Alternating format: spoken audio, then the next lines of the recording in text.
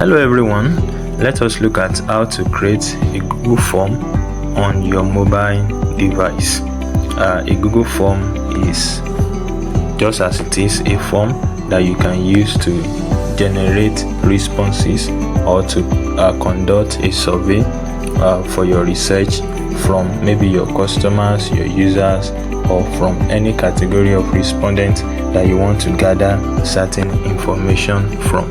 Now, to create a Google form on your mobile device, first go to your Chrome, open a new tab and search for Google form.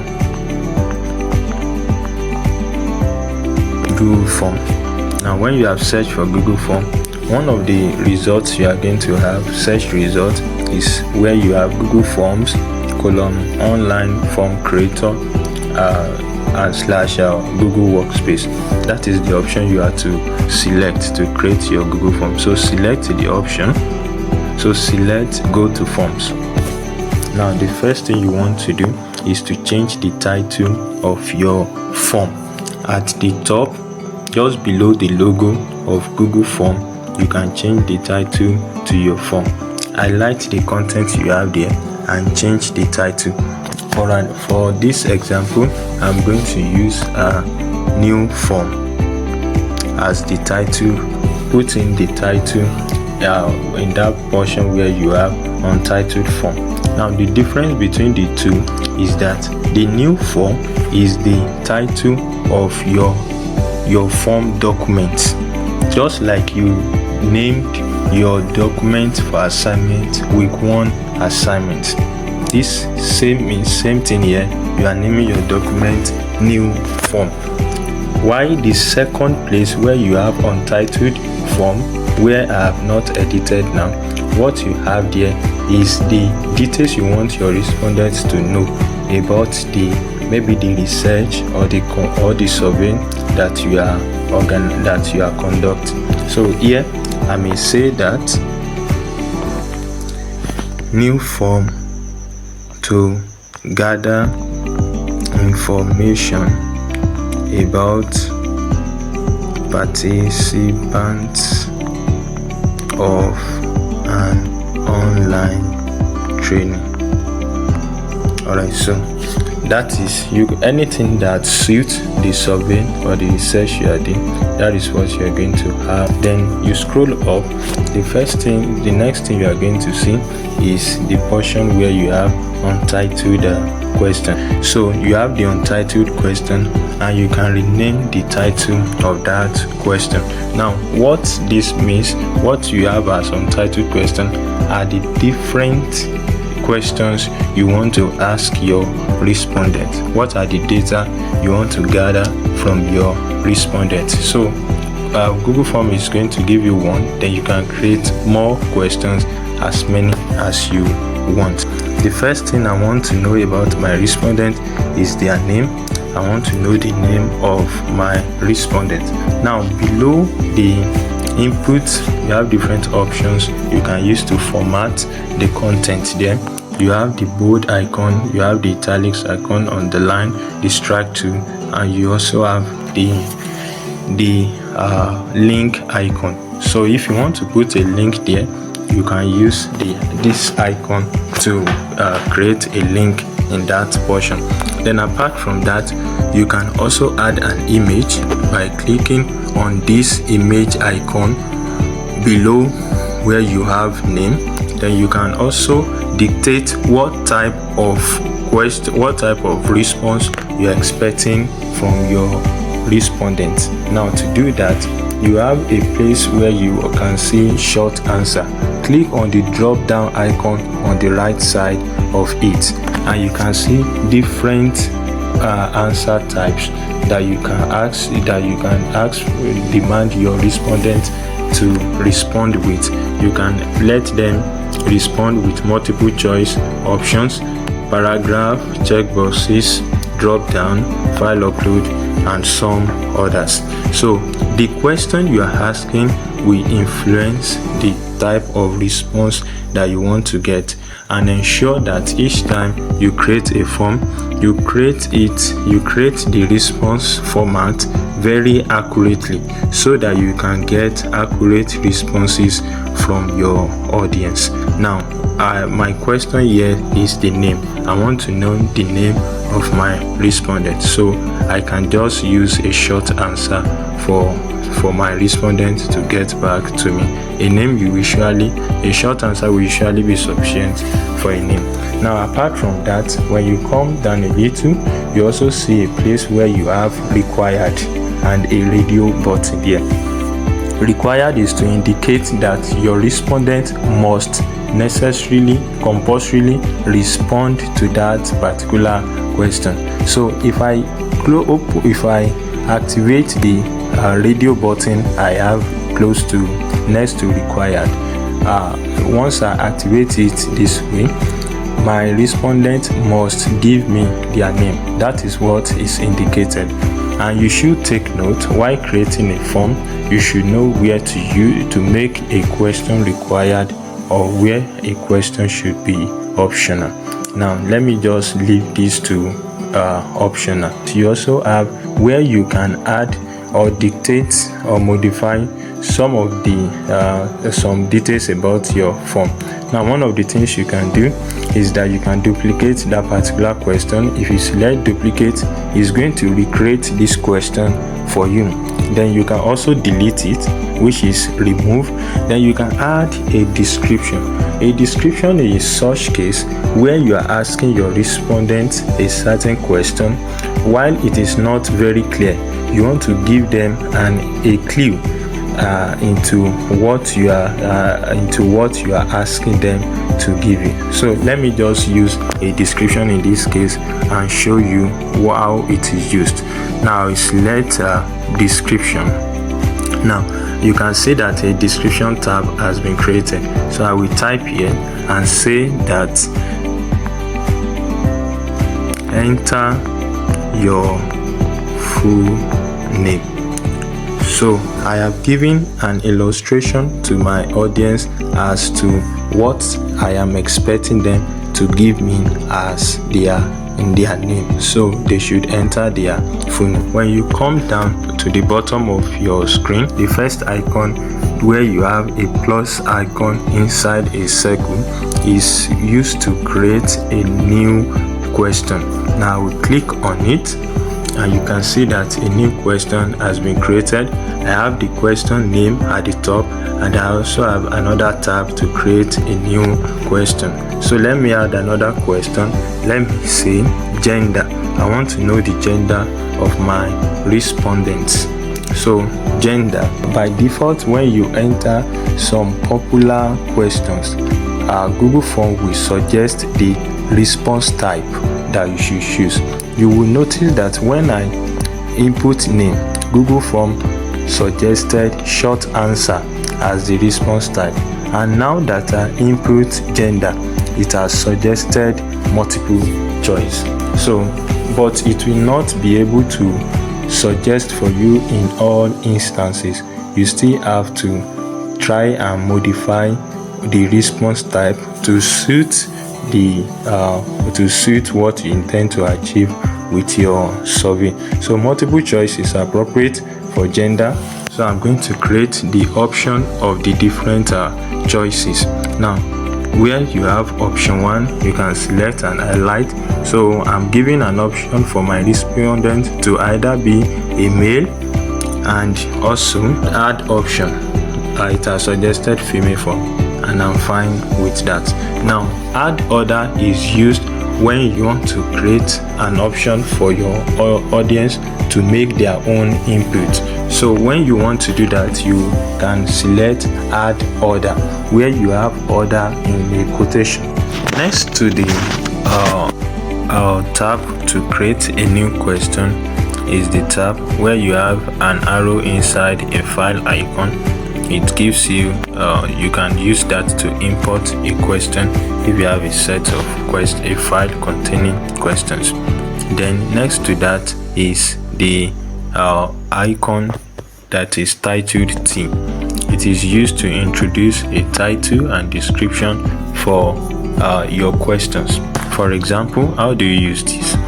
Take for instance, let me select that particular icon title. Alright, so you can see on title. Now where do you use this? For example, you might have different segments for your form. Maybe the first segment here, let's consider that the question on the agenda has to do with the demographics of my respondents. Then the next set of questions have to do with their training.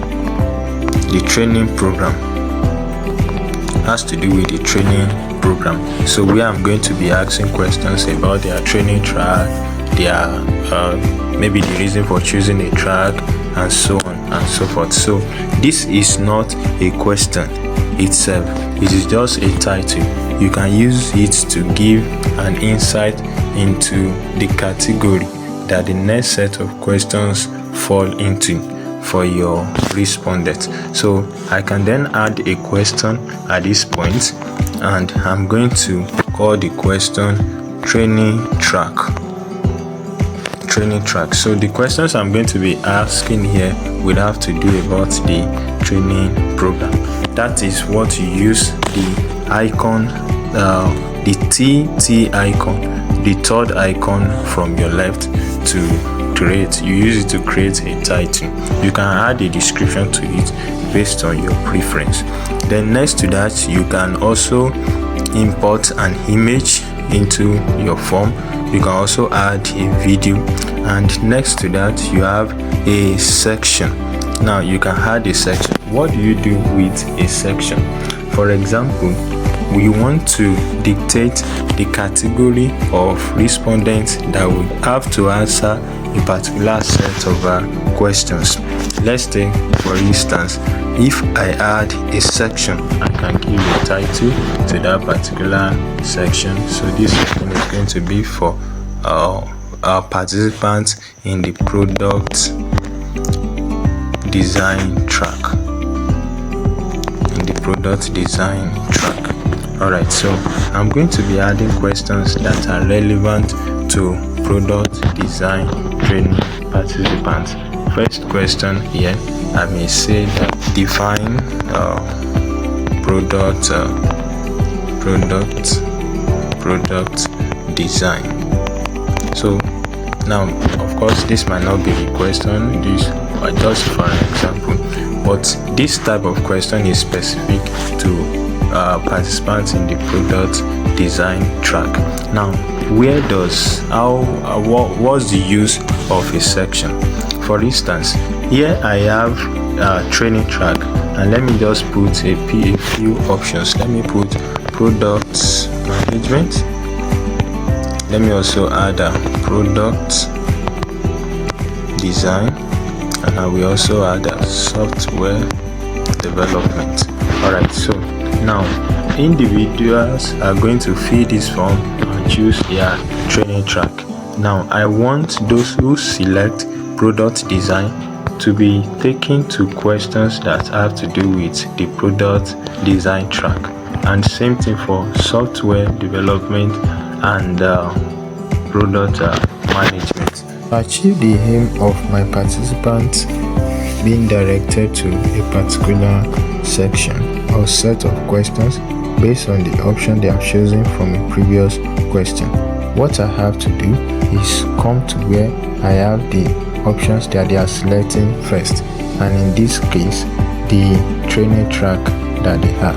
So I want those on product management to get our questions for product management track, product design differently, and also software development differently. So I'm going to come to these 3 dots next to required and select it. Then I have an option that says go to section based on answer. So I'm going to select that, and I'm going to get options for me to select where I want my respondent to go to. Now, to make this clearer for us, I'm going to change the appearance of my screen to a desktop appearance. Now, to do that, come to the 3 dots and click on it. then scroll up and you can see an option showing desktop site. So check that box and your page will be reloaded and you will see your screen will appear as though you are on desktop. So I want what I am trying to describe to appear more clearly. Alright, so now I have selected the option for my respondent to go to a particular section based on the option that they select. So what I'm going to do is to come to product design, which I have created a second section for my respondent to go to if they select product design. So I'm going to select on this option that says continue to next option. Once I select that, I will get an option to decide where I want them to go to. Exactly, the default thing is that they are to just continue to the next section, but I want to specify where I want them to go to. So I'm going to select the section that I titled product design track. As you can see it as the third option in this particular list. So I will select that. Now when my respondent respond to this form, anyone who selects product design at this stage of the form will be directed to this particular section. So I can create multiple sections, I can create more sections, I can create another section here, and that will be the third section, section 3, and I can name that section, let me call this software development. So I'm going to add a question under it and say what is a software. Alright, so just for an example, that might not be what you intend to ask, and of course Google Form is not, you don't always have to put your questions in question format. All that is necessary is create a message that resonates with your customers based on what you want to get from them. Alright, so that's by the way. Now I have another section for software development.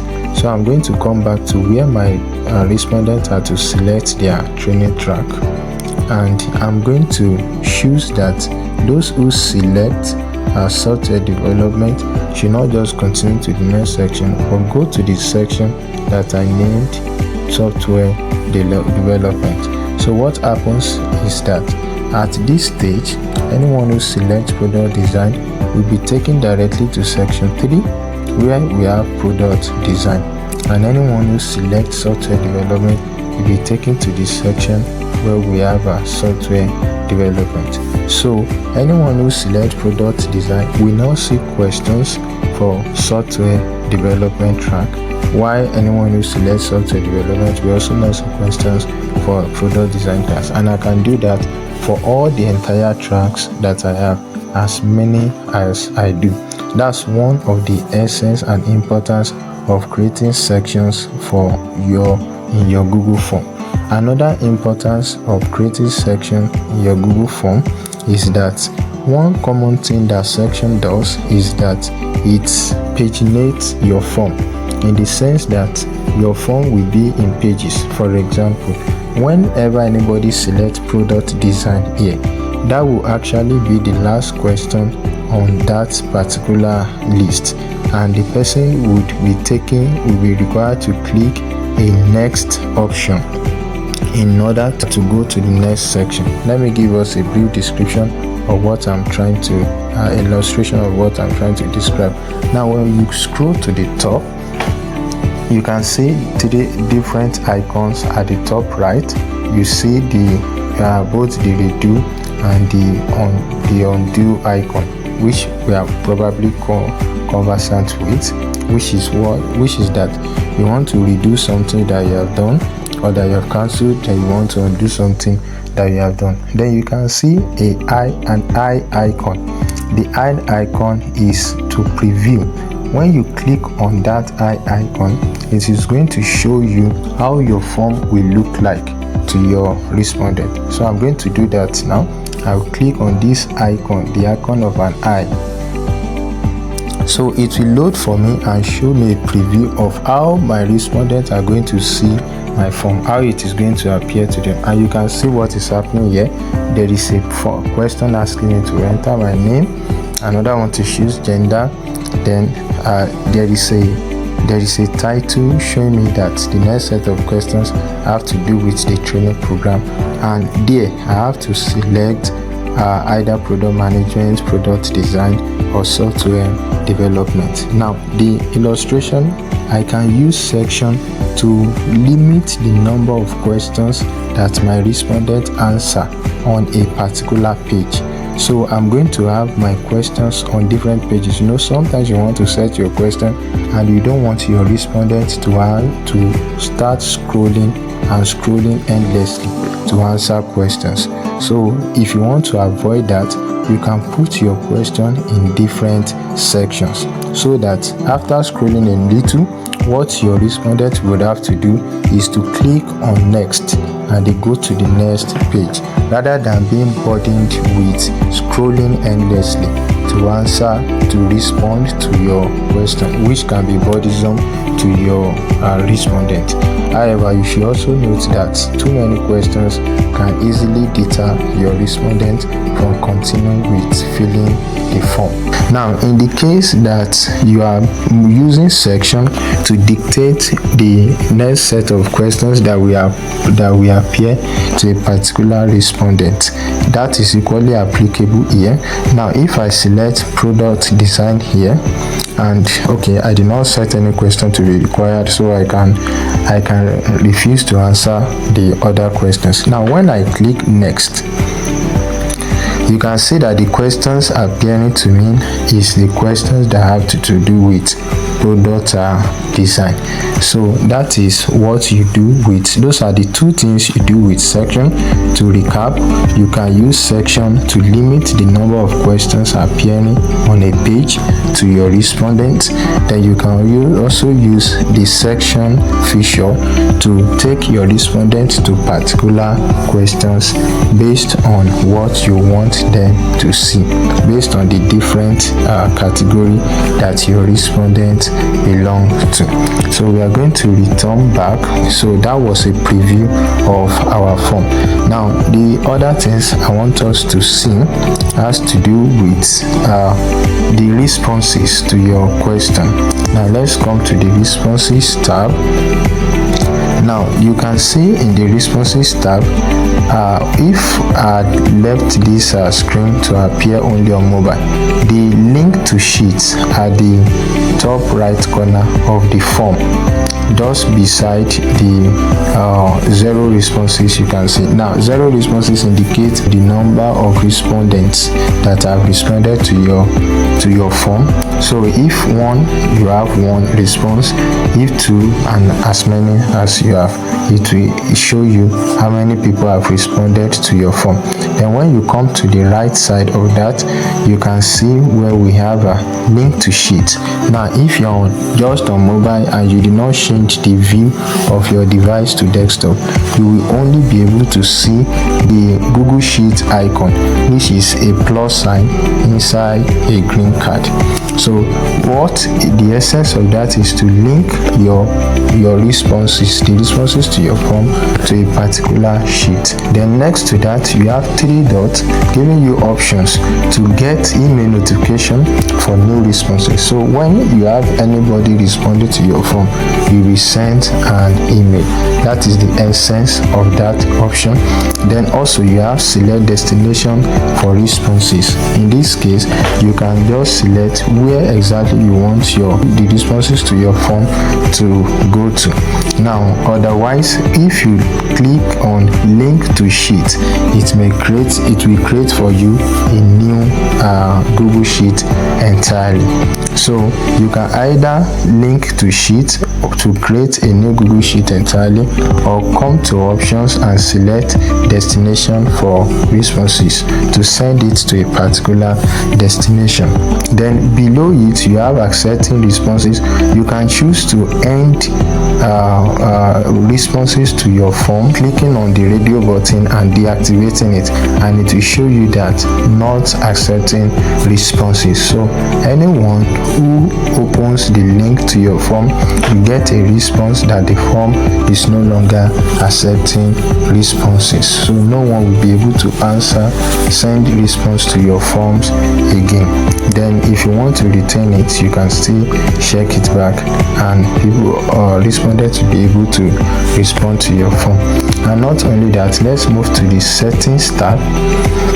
Now on the settings tab, the setting for your form is an important aspect of your form. Now to give us a clearer view, let me change this appearance pack to mobile rather than desktop view. So I'm going to uncheck this. Alright, so back here now to the settings tab. Now you can make your form a quiz, and what happens when you make your form a quiz is that you can assign particular score to each question. That is when you are setting a quiz, just like an exam question. You are going to assign score such that the responses you are going to get will also show you the score of each respondent. So you can use that to set a quiz, maybe for students or for any category of people. So it's like a quiz when you do that. So you set questions like exam questions, and you send the link to the form to the respondent, and as the answer, the scores you have attached to each question will be recorded, and you'll be able to see what everybody scores automatically. Now if you are apart from that, you also have how to manage your responses. When you open this drop down, you have an option to collect the email address of your respondent. That will require your respondents to enter their email address when filling the form. Then moving down further, you can also see an option to allow response editing, which means that when your respondents have answered and submitted the form, they can go back to the form and edit their inputs. Then another common thing that is actually very important is that you can limit the response to your form to just one response, that is per individual. Note that as it is written there, this will require your respondent to sign in. So Google is going to track each respondent based on their email address. So once an email address has been used to answer the questions to your form, the email address cannot make any other input subsequently. So apart from that, you also have the presentation of your form. You can show a progress bar. For example, where in the case that you have several questions and you want your respondent to see the progress they are making, so that they can know that they are not just clicking next endlessly, you can show them the progress bar. So it will indicate for them how far they have gone and how further far they have left to complete the form. Then you can shuffle question order. In this case, the arrangement you put to your question will not necessarily be how it appears to your respondent. Then you can also edit the confirmation message. Confirmation message is what appears after your respondent have submitted the form. So when your respondent submits a form, the default response that Google will give to them is your response has been recorded. But you can click on this edit here to set the particular response that you want your respondent to get. And here you can put a link. Maybe you want them to join a WhatsApp group after they have filled your form. You can put the link to the WhatsApp group or any link there, and you'll be able to access it. So I'm just going to cancel this. And also you also have a show link to submit another response. This will only work when you do not set the limit to response to 1. So if you set the limit to response to 1 here, you will notice that when I come back here to where we have show link to another to submit another response, it says disabled by limit to 1 response. So if you make the response to your form to be done just once per respondent, then you cannot show the link to another form. However, even when you have allowed your respondent to be able to respond more than once, you can still decide to not show them a link. Do not show them a link to submit another response, which means that for them to submit another response, they will have to refresh the link you have given to them. Either they refresh the page or they click on the link again, then they can submit another response. Now when you activate this by checking it, automatically after submitting the form, your respondent will see a message showing them submit another response, a link, and once they click that, it open the form again for them to submit another response. So you can see result summary, you can share result summary with respondent. When you activate this, your respondent are going to get a summary of the responses that they have filled, the answers they are giving to the form, to the questions you asked in the form. You can disable or to save for respondent, but it is not quite advisable, but there might be instances where you want to use it. When you disable or to save, when your respondent have answered a set of questions, when they come back, those responses would have been cleared. But the default thing is that when you are filling a form, even if you have a network glitch, whatever responses you have given will be saved, and when you come back, you can continue from there. There are also other default settings you can make to your questions, to your form. Everything you set here will affect each form that you create in the function. So that is that about using Google Form.